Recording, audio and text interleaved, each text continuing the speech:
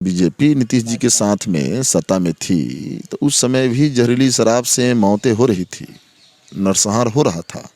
उस समय भाकपा माले जब सवाल उठा रही थी, मुआवजा की बात कह रही थी, तो उस समय ये क्या कर रहे थे? ये लोग हम लोगों को विधानसभा में पुलिस से पिटवा रहे थे, क्योंकि ये लोग सत्ता से बेदखल हुए हैं, तब से बौखलाए हुए हैं। तो इनका भी जहाँ राज्य है, जिन राज्यों में इनकी सरकार है, वहाँ भी तो जहरीली शराब से मौतें हो रही है। तो ये तो राजनीति कर रहे हैं, घड़ियाली आंसू बहा रहे हैं। हम लोगों की तो ये भी आशंका है कि इसमें कहीं भाजपा की साजिश तो नहीं है, क्योंकि भाजपा साजिश करने वाली पार्टी है। बेगूसराय में 15-20 किलोमीटर तक इन लोगों ने गोली चलवाया और इसमें राजनेता का, शराब माफियाओं का संरक्षण प्राप्त है।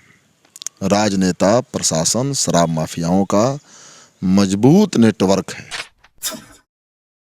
नमस्कार, आप देख रहे हैं द एक्टिविस्ट और मैं हूं आपके साथ अमन। जहरीली शराब पीने से छपरा में अभी तक का जो आंकड़ा है, लगभग 70 से अधिक लोगों की मृत्यु हो गई है। देखिए, हमारे साथ माले के विधायक हैं, हम उनसे बात करेंगे। तो इस घटना को कैसे आप देख रहे हैं? ये तो काफ़ी दुखद घटना है और भाकपा माले की उच्च स्तरीय जांच दल घटना की जायजा लेने कल गई थी।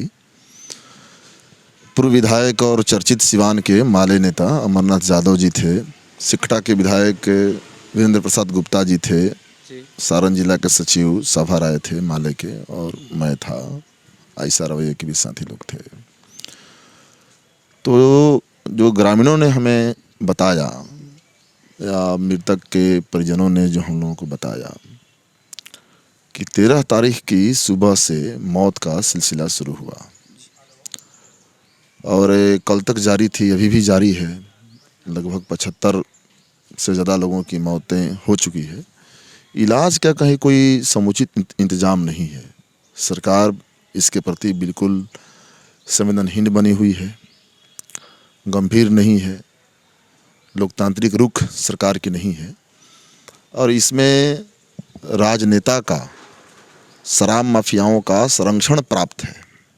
राजनेता, प्रशासन, शराब माफियाओं का मजबूत नेटवर्क है और इसे अगर ध्वस्त नहीं किया जाएगा तो ये जहरीली शराब से नरसंहारों का सिलसिला रुकेगा नहीं। ये बात आप मानते हैं कि सत्ता पक्ष के नेता इसमें सम्मिलित हैं? ना, सत्ता पक्ष का ही मामला नहीं है, विपक्ष के भी हो सकता है। इसमें राजनीतिक संरक्षण है। सत्ता का संरक्षण, राजनीतिक संरक्षण की जांच होनी चाहिए। हम लोगों की तो ये भी आशंका है कि इसमें कहीं भाजपा की साजिश तो नहीं है, क्योंकि भाजपा साजिश करने वाली पार्टी है। बेगूसराय में 15-20 किलोमीटर तक इन लोगों ने गोली चलवाया, क्योंकि ये लोग सत्ता से बेदखल हुए हैं, तब से बौखलाए हुए हैं। कल तो राज्यपाल से मिले थे इस मुद्दे को लेकर के। जब बीजेपी नीतीश जी के साथ में सत्ता में थी तो उस समय भी जहरीली शराब से मौतें हो रही थी, नरसंहार हो रहा था। उस समय भाकपा माले जब सवाल उठा रही थी, मुआवजा की बात कह रही थी और पॉलिटिकल पार्टीज का, पावर का प्रोटेक्शन की बात कह रही थी, शराब माफियाओं का, तो उस समय ये क्या कर रहे थे? ये लोग हम लोगों को विधानसभा में पुलिस से पिटवा रहे थे।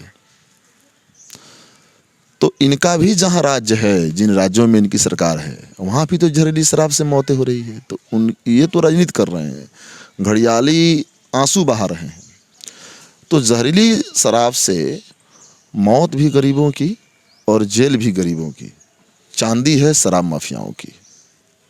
तो शराबबंदी कानून का यह मकसद नहीं था कि जहरीली शराब का कहर बन करके गरीबों पर टूटेगा। अच्छा, नीतीश कुमार का एक बयान है कि जो पिएगा वो मरेगा। इस तरह का जो बयान देना कहीं से उचित लग रहा है आपको? जो पिए वो मर गए, लेकिन जो उनके बाल बच्चे हैं, उनके घर में जो बड़े बुजुर्ग हैं, परिवार है, वो तो राज्य के नागरिक हैं।